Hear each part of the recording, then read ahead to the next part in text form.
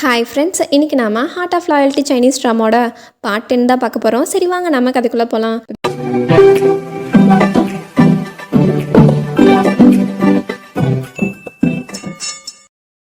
Prince நீங்களும் ஹீரோயினை அவங்க ரூம்லலாம் போய் தேடி பார்த்துட்டு எங்கேயும் காணோன்னு சொல்லிட்டு அவரோட அசிஸ்டன்ட் கிட்ட தான் சரி இவன் எங்கே தான் போயிருப்பா அப்படின்னு சொல்லி கேட்டுட்ருக்காங்க.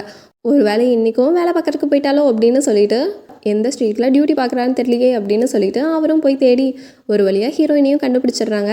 ஜாங் ஃபெங் கொடுத்து விட்ட பாக்ஸை ஒரு சர்வெண்ட்டும் வந்து செகண்ட் பிரதர் கிட்ட கொடுத்துட்டு நீங்கள் எப்போவுமே உங்கள் வீட்டில் இருக்க மாதிரியே இருக்கலாம், உங்களுக்கு எது தேவைனாலும் சொல்லுங்கள், நாங்கள் பண்ணி கொடுக்குறோம் அப்படிங்கிற மாதிரி சொல்லிவிட்டு அவன் பாட்டுக்கு அங்கேருந்து கிளம்பிடுறான். அதுக்கு தான் கண்ணு தெரியாதுல்ல.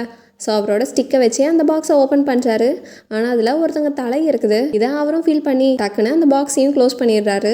பாயிங்யூவும் செகண்ட் பிரதர் கிட்ட போய் நான் எப்படியாச்சும் அந்த ஃபினான்ஸ் கமிஷனரை கொல்லணும், அதுக்காக நீங்கள் எனக்கு ஒருத்தங்களை கொல்றது எப்படின்னு சொல்லி கொடுக்கணும் அப்படிங்கிற மாதிரி கேட்டிருப்பாங்க. அதுக்கு செகண்ட் பிரதரும் சரி நீ எப்படி அவரை கொல்லலான் இருக்க அப்படின்னு கேட்கும்போது ஒரு கத்தியை காமிச்சு இதோ இதை வச்சு தான் அப்படின்னு சொல்லிட்டு இருக்காங்க. ஆனால் டக்குன்னு செகண்ட் பிரதர் அதை அவங்க கையிலேருந்து பறிச்சிடுறாங்க. உன்னால் ஒரு கத்தியை ஒழுங்காக பிடிக்க கூட முடியல, நீ எப்படி கொல்லுவ அப்படின்னு கேட்கும்போது பாயிங்யூவும் எனக்கு தெரியுது, நான் ரொம்ப வீக்காக தான் இருக்கேன், ஆனால் நீங்கள் கற்றுக் கொடுங்க, நான் கற்றுக்குவேன் அப்படிங்கிற மாதிரி சொல்லிட்டு இருக்காங்க. செகண்ட் பிரதரும் அதெல்லாம் முடியாதுங்கிற மாதிரி தான் சொல்கிறாரு. ஆனால் பாயிங்யூ என்னதான் இது என்னால் பிடிக்க முடியலனாலும் ஒன்று நான் ஃபினான்ஸ் கமிஷனரை கொல்லுவேன், அப்படி இல்லைன்னா இதை வச்சு நானே என்ன கொன்றுவேன் அப்படிங்கிற மாதிரி சொல்ல செகண்ட் பிரதரும் சரி நீ என் கூட வா அப்படின்னு சொல்லிட்டு அங்கே இருக்க ஒரு பெரிய தொட்டியை காமிச்சு இன்னைக்குள்ள நீ எந்த டூல்ஸையும் யூஸ் பண்ணாமல் இந்த தொட்டியை நிரப்பணும், அப்படி பண்ணிட்டீன்னா நான் வேணா இதை பற்றி யோசிக்கிறேன் அப்படிங்கிற மாதிரி சொல்லிடுறாங்க. ஹீரோயினும் ஹீரோக்காக தான் கிளேலையே ஒரு பூனை பொம்மை செஞ்சுட்டு இருக்காங்க. இவர் கரெக்டாக வந்து கூப்பிட ஐஸ் வரைஞ்சிட்டு இருப்பாங்க. அது ஒரு மாதிரி போயிடுது. உடனே ஹீரோயினும் கத்த ஆரம்பிச்சிடுறாங்க. இங்கே பாருங்கள் நான் எவ்வளோ கஷ்டப்பட்டு பண்ணிட்டு இருந்தேன், உங்களால தான் இது இப்படி ஆயிடுச்சு அப்படின்னு சொல்லிட்டு இருக்காங்க. அதுக்கு பிரின்ஸ் நீங்கள் என்ன மன்னிச்சிடு, நீ இப்படி பண்ணிட்டு இருக்கேனே எனக்கு என்ன தெரியும் அப்படிங்கிற மாதிரி சொல்லிட்டு அவரும் மன்னிப்பு கேட்டுட்ருக்காரு. பிரின்ஸ் நீங்கள் என்ன திடீர்னு கிளேடால்லாம் செஞ்சுட்டு இருக்க அப்படின்னு கேட்க ஹீரோயினும் அந்த கிளேடாலாம் செஞ்சுக்கிட்டே நான் தான் நாளைக்கு ஊருக்கு கிளம்புறேன்ல, நான் போகிறக்கு முன்னாடி ஹீரோக்கு இதுதான் கிஃப்டாக கொடுக்க போகிறேன் அப்படின்னு சொல்ல பிரின்ஸ் நீங்கோட முகமே வாடிடுது. ஏன் நீ நாளைக்கு போகிற, நான் வேணா உன்னோட பிரதர்கிட்ட பேசிட்டா, இல்லை எம்பரரை விட்டு பேச சொல்லிட்டா, எம்பரர்கிட்ட கூட வேலைக்கு சேர்ந்துக்கோ, நான் உன் அண்ணக்கிட்ட பேசுகிறேன் அப்படிங்கிற மாதிரி என்னென்னமோ சொல்லி பார்க்குறாங்க. ஆனாலும் ஹீரோயின் அதெல்லாம் என் பிரதர்கிட்ட செல்லுபடியே ஆகாது, நான் போய் தான் ஆகணும் அப்படின்னு சொல்லிட்டு இருக்காங்க. அது மட்டும் இல்லாமல் யார் இந்த பதவியெல்லாம் கேட்டாங்க, எனக்கு ஒரு ஹீரோயினாக வாழணும், எனக்கு இந்த உலகத்தில் இருக்கவங்கெல்லாம் என் பேரை சொல்லி வியக்கலினாலும் பரவாயில்ல, இப்போது இந்த ஒரு ஸ்ட்ரீட்டுக்கு நான் தான் இன்சார்ஜ், நான் வந்து கைஃபங் சிட்டியில் இருக்க தான் ஆசைப்பட்றேன் அப்படிங்கிற மாதிரி சொல்லிட்டு இருக்காங்க. பிரின்ஸ் நீங்களும் ஹீரோயின் கிட்ட ஓ அப்படியா அப்படின்னு கேட்டுட்டு பார்க்குறக்கு முதல் பூனை மாதிரியே இல்லை, இது கண்டிப்பாக ஹீரோவுக்கு பிடிக்காது அப்படிங்கிற மாதிரி சொல்லிட்டு இருக்காங்க. ஆனால் ஹீரோயின் இல்லை இது நான் இவ்வளோ கஷ்டப்பட்டு என் கையாலேயே செஞ்சுருக்கேன், எப்படி அவர் பிடிக்காதுன்னு சொல்லுவார் அப்படின்னு கேட்டுட்ருக்கேன். பிரின்ஸ் நீங்க பாட்டுக்கு இல்லை இது அவனுக்கு பிடிக்காது அப்படின்னு சொல்லிட்டு டக்குன்னு அவரும் வாங்கிக்கிறாரு. ஹீரோயினும் ப்ளீஸ் அதை கொடுத்துருங்க அப்படின்னு சொல்லிட்டு அவங்கக்கிட்ட சண்டை போட்டுட்டு இருக்கும்போது நிறையா குழந்தைங்க அவங்கள கிராஸ் பண்ணி போகிறாங்க. அப்போ தான் ஹீரோயினும் கவனிக்கிறாங்க, எங்க என்னோட மணி பவுச்சை காணுமே அப்படின்னு சொல்லிட்டு கடைசியில் அந்த குழந்தைங்கள தேடி போனால் குழந்தைங்க தான் திருடி வச்சுருக்காங்க. நீங்களும் ஹீரோயினும் ஒழுங்காக அந்த பர்ஸை கொடுத்துருங்க அப்படின்னு சொல்லி அந்த குழந்தைங்கள மிரட்டிகிட்டு இருக்கும்போது கரெக்டாக ஹீரோவும் அங்கே வந்துடுறாரு. ஹீரோவை பார்த்தோன்னா அந்த குழந்தைங்கள்லாம் போய் இவங்க எல்லாரும் எங்களை தொந்தரவு பண்ணுறாங்க அப்படின்னு சொல்லிட்டு ஹீரோயினையும் பிரின்ஸ் நீங்கையும் மாட்டி கொடுக்க ஆரம்பிச்சிடுறாங்க. அப்போது ஹீரோயினும் இந்த பசங்க தான் என் காசை திட்டிட்டு வந்துட்டாங்க அப்படின்னு சொல்ல ஹீரோவும் அந்த குழந்தைங்க கிட்ட நான் உங்ககிட்ட எத்தனை தடவை சொல்லியிருக்கேன் திட்டக்கூடாதுன்னு, இதுக்கப்புறம் நீங்கள் திட்டினீங்கன்னா கண்டிப்பாக நான் உங்களை லாக்கப்பில் போட்டுருவேன் அப்படின்னு சொல்லி செல்லமாக மிரட்டிகிட்டு இருக்காரு. அதுக்கு அந்த பசங்களும் நாளைக்கு ஃபெஸ்டிவல் இருக்குது, எல்லாரும் புது ட்ரெஸ் போட்டிருக்காங்க, நிறையா ஃபுட்டை சாப்பிட்றாங்க, எங்களுக்கும் நல்ல ஃபுட்டை சாப்பிட்ணுன்னு ஆசையாக இருந்துச்சு அப்படின்னு சொல்ல ஹீரோவும் இங்கே பார்த்தீங்களா உங்களுக்காக தான் நான் இத்தனை ஃபுட்டையும் எடுத்துகிட்டு வந்திருக்கேன் இந்தாங்க அப்படின்னு அதை கொடுத்துட்டு ஹீரோயினோட பர்ஸையும் வாங்கி ஹீரோயின் கிட்டே கொடுத்துட்றாங்க. ஹீரோவும் ஹீரோயின் கிட்டேயும் பிரின்ஸ் நீங்க கிட்டேயும் அவங்க சின்ன பசங்க அவங்களுக்காக நான் மன்னிப்பு கேட்டுக்கிறேன் அப்படின்னு சொல்ல பிரின்ஸ் நீங்கும் நான் ஒன்றும் அவ்வளோ கல்நெஞ்சக்காரன் இல்லை, எனக்கு அவங்க கஷ்டம் புரியுது அப்படின்னு சொல்லிட்டு இருக்காரு. ஹீரோயினும் அப்படியே சோகமாக மூஞ்ச வச்சுட்டு ஹீரோ கிட்ட இன்னைக்கு நாளே சரியில்லை, என்னோட கிளேடாலும் நல்லா வரல, என் காசையும் விட்டா திட்டிட்டு போயிருப்பாங்க அப்படின்னு சொல்ல ஹீரோவும் என்ன கிளேடாலா அப்படின்னு கேட்டுட்ருக்காங்க. ஹீரோயினும் ஆமாம் அப்படின்னு சொல்லிட்டு பாவமாக மூஞ்சி வச்சுட்டு பிரின்ஸ் நீங்கியே தான் பார்த்துட்ருக்காங்க. ஆனால் பிரின்ஸ் நீங் இவ ஏதாச்சும் திருப்பி கேட்டுருவாளோ அப்படின்னு சொல்லிட்டு அவர் பாட்டுக்கு எனக்கு வேற இன்னைக்கு எம்பரரோட விருந்திருக்கு நான் போகணும் அப்படின்னு சொல்லிட்டு அவர் அவசரமாக இங்கேருந்து ஓடிடுறாரு. ஹீரோவும் எதனால் நீ திடீர்னு எனக்கு கிஃப்ட் கொடுக்கணும்னு நினச்சேன் அப்படின்னு கேட்கும்போது நாளைக்கே நான் ஊருக்கு போகிறேன் அப்படின்னு சொன்னோன்னே ஹீரோவும் கொஞ்சம் சேடாகிறாரு.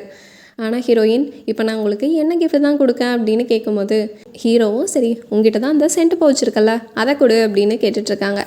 ஹீரோயினும் சரின்னு சொல்லிட்டு அதை கொடுத்துட்றாங்க. அன்றைக்கி நைட்டு மிட் ஆட்டம் ஃபெஸ்டிவலுக்கு வேண்டி heroine official bio 5th brother அது மட்டும் இல்லாமல் அங்கே இருக்க எல்லாரும் சேர்ந்துட்டு ஒன்றா ட்ரிங்க்கும் பண்ணுறாங்க. ஆனால் ஹீரோயின் தான் அங்கேருந்து கிளம்ப போகிறாங்கல்ல, ஸோ அவங்க எல்லாத்தையும் ஒரு மாதிரி சேடாக தான் பார்த்துக்கிட்டு இருக்காங்க. அப்போது அஃபிஷியல் பயோவோட அசிஸ்டண்ட்டும் ஹீரோயின் கிட்ட இதெல்லாம் உனக்கு தேவையான மருந்து அப்படின்னு சொல்லிட்டு கொடுக்குறாங்க. ஹீரோயினும் ரொம்ப நன்றி அப்படின்னு சொல்லி வாங்கிட்டு இந்த பாட்டிலும் அழகாக இருக்குது அப்படின்னு சொல்லும்போது அஃபிஷியல் பயோவோட அசிஸ்டண்ட்டும் இந்த மருந்தை ஹீரோ தான் உனக்காக ரெடி பண்ணா, அது மட்டும் இல்லாமல் இந்த பாட்டிலுமே உனக்காக அவனே ரொம்ப கஷ்டப்பட்டு வாங்கிட்டு வந்தான் அப்படிங்கிற மாதிரி சொல்லிட்டு இருக்காங்க. ஹீரோயினும் ஹீரோவை பார்த்து ஸ்மைல் பண்ணிக்கிட்டு இருக்காங்க. ஆனால் ஹீரோவோட ஃப்ரெண்ட்ஸ் எல்லாம் இன்னைக்கு ஏன் கூட வந்து உட்காரு அப்படின்னு சொல்லிட்டு அவரை வேற தனியாக கூப்பிட்டு போயிடுறாங்க. அங்கே போய் உட்காந்தாலும் ஹீரோயினை தான் கவனிச்சிட்டு இருக்காரு. ஹீரோயினுமே ஹீரோவை பார்த்துட்டே சியர் சொல்லிட்டு குடிச்சிட்ருக்காங்க. கொஞ்ச நேரம் டைம் ஸ்பெண்ட் பண்ணிவிட்டு ஹீரோயின் 2 பேரும் தனியாக சாப்பிட்றதுக்கு வேண்டி போகிறாங்க. அப்போது ஹீரோயினும் சேடாகவே தான் இருக்காங்க. ஹீரோவும் சரி நீ எப்போ கிளம்புற அப்படின்னு கேட்கும்போது ஹீரோயினும் நாளைக்கு காலைல 5 மணிக்கே கிளம்பிடுவோம் அப்படின்னு சொல்ல ஹீரோ இன்னுமே சேடாகிடுறாரு. ஆனால் ஹீரோயினுக்கு ஹீரோ கூட டைம் ஸ்பெண்ட் பண்ணணுன்னு ஆசையாக இருக்கிறதுனால சரி வாங்க நம்ம அப்படியே நடந்து போகலாம் அப்படின்னு சொல்லிட்டு ஹீரோவை கூப்பிட்டு வந்துட்டுருக்காங்க. அப்போது நிறையா லேண்டன்ஸும் விட்டுட்ருக்காங்க. ஹீரோவும் நீ என்ன இறுக்கமாக பிடிச்சிக்கோ அப்படின்னு சொல்லிட்டு டக்குன்னு பறந்து போய் உயரமாக இருக்கிற இடத்துல ஹீரோயினை நிற்க வைக்கிறாங்க. ஹீரோவும் ஹீரோயின் கிட்ட உனக்கு இங்கேருந்து பார்க்கும்போது லேண்டன்ஸ் ரொம்ப அழகாக தெரியும், உனக்கு இது பிடிச்சிருக்கா அப்படின்னு கேட்க ஹீரோயினும் ஆமாம் எனக்கு பிடிச்சிருக்கு அப்படின்னு சொல்லிட்டு இருக்காங்க. ஹீரோயினும் ரொம்ப தயக்கத்தோட ஹீரோ கிட்ட நான் இங்கேருந்து போனதுக்கப்புறம் என்னை மிஸ் பண்ணுவீங்களா அப்படின்னு கேட்க ஹீரோவும் ஆமாம் அப்படின்னு சொன்னோன்னே ஹீரோயினுக்கும் சந்தோஷமாக இருக்குது. அவங்களும் ஹீரோவோட கையை பிடிச்சிட்டு அந்த லேண்டன்ஸ் எல்லாம் ரசிச்சுட்டு இருக்காங்க. ஆனால் இன்னொரு பக்கம் பார்த்தா பிரின்ஸ்லிங் ரொம்ப சோகமாக உட்காந்து அந்த கிளேடாலேயே பார்த்துக்கிட்டு குடிச்சிக்கிட்டு இருக்காரு. அவரும் ஹீரோயினை பற்றி தான் யோசிச்சுக்கிட்டு இருக்கிறாரு. ஆனால் திடீர்னு அந்த கிளேடால் வேற தண்ணிக்குள்ளே விழுந்துருது. அவர் என்னமோ உயிரே போன மாதிரி அங்கே இருக்கவங்களெல்லாம் பிடிச்சி கத்திட்டு இருக்காங்க. ஸோ அவரோட சர்வன்ஸ் எல்லாருமே அங்கே வந்துடுறாங்க. என்னோட பூனை பொம்மை வேற இதில் விழுந்துருச்சு, ஒழுங்காக எல்லாரும் தேடுங்க அப்படின்னு சொல்ல நீங்களோட அசிஸ்டண்ட்டும் எல்லாம் தேடுங்க அப்படின்னு சொல்லிட்டு இருக்கான். எல்லாரும் தண்ணிக்குள்ளே விழுந்து தேடிட்டு இருக்காங்க. ஆனால் பிரின்ஸ்லிங் செமையாக பதறி போய் இருக்காரு. இதனால் அவரோட அசிஸ்டண்ட்டையும் பிடிச்சி தள்ளி விட்டு ஒழுங்கா நீயும் தேடு, யாரும் அதை கண்டுபிடிக்காம மேலே வரவே கூடாது அப்படின்னு சொல்லிட்டு ஒரு பாட்டுக்கு செமையாக கத்தி ஃபீல் பண்ணிக்கிட்டு இருக்காரு. நல்லா பாயிங்கியோவும் நைட்டே ஆகிடுச்சு, இன்னுமே அதை கஷ்டப்பட்டு நிரப்பிக்கிட்டு தான் இருக்காங்க. அப்போது செகண்ட் பிரதரும் பாயிங்கியோக்கு வேண்டி ஃபுட்டெல்லாம் கொண்டு வந்து கொடுத்து இந்தா ஃபஸ்ட்டு வந்து சாப்பிடு அப்படின்னு சொல்கிறாங்க. அவங்களும் சாப்பிட போகிறாங்க. ஆனால் அவங்களுக்கு செமையாக அழுக வருது. ஏன்னா ஒரு நல்ல வெல்த்தி ஃபேமிலியில் செல்லமாக வளர்ந்த பொண்ணுல இப்போது இவங்க கஷ்டப்படுறதை யோசிச்சு அவங்களும் செமையாக அழுகிறாங்க. செகண்ட் பிரதரும் கர்ச்சீஃப் எடுத்து கொடுக்க அவங்க இன்னுமே அழுக ஆரம்பிச்சிடுறாங்க. ஜாங் ஃபெங்கும் ஃபினான்ஸ் கமிஷனர் கிட்ட செகண்ட் பிரதர் கைஃபங் சிட்டிக்கு வந்திருக்கான் அப்படிங்கிற மாதிரி சொல்லிட்டு இருக்காங்க. செகண்ட் பிரதருக்கும் ஃபினான்ஸ் கமிஷனருக்கும் ஆல்ரெடி ஏதோ இருக்கும் போல். ஸோ ஃபினான்ஸ் கமிஷனரும் அவன் எதுக்காக இங்கே வந்திருக்கான், ஒரு வேளை என்ன பார்க்க வந்திருப்பானோ, ஏதாச்சும் கேட்க வந்திருப்பானோ அப்படின்னு சொல்லிட்டு அவரும் கொஞ்சம் பயக்கிற மாதிரி தான் இருக்குது. இதனால் அவரும் ஜாங் ஃபெங் கிட்ட அவனை கொன்று அப்படிங்கிற மாதிரி சொல்லிட்டு அவர் பாட்டுக்கு கிளம்பிடுறாரு.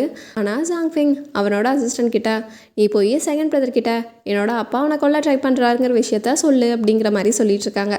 பாயிங்கியும் சாப்பிட்டு முடிச்சுட்டு சரி நான் போய் தண்ணி நிரப்பணும் நான் கிளம்புறேன் அப்படின்னு சொல்லிட்டு கிளம்புறாங்க. ஆனால் செகண்ட் பிரதர் ஒரு நிமிஷம் இரு அப்படின்னு சொல்லிட்டு டக்குன்னு எந்திரிச்சு போய் நின்று அதான் வந்துட்டிங்கல்ல எல்லாம் வெளில வாங்க அப்படின்னு சொல்ல அங்கே பார்த்தா நிறையா பேர் செகண்ட் பிரதரை அட்டாக் பண்ண வந்திருக்காங்க. ஓகே ஃப்ரெண்ட்ஸ், இதுக்கப்புறம் என்னாச்சுன்னு நெக்ஸ்ட் வீடியோவில் பார்ப்போம்.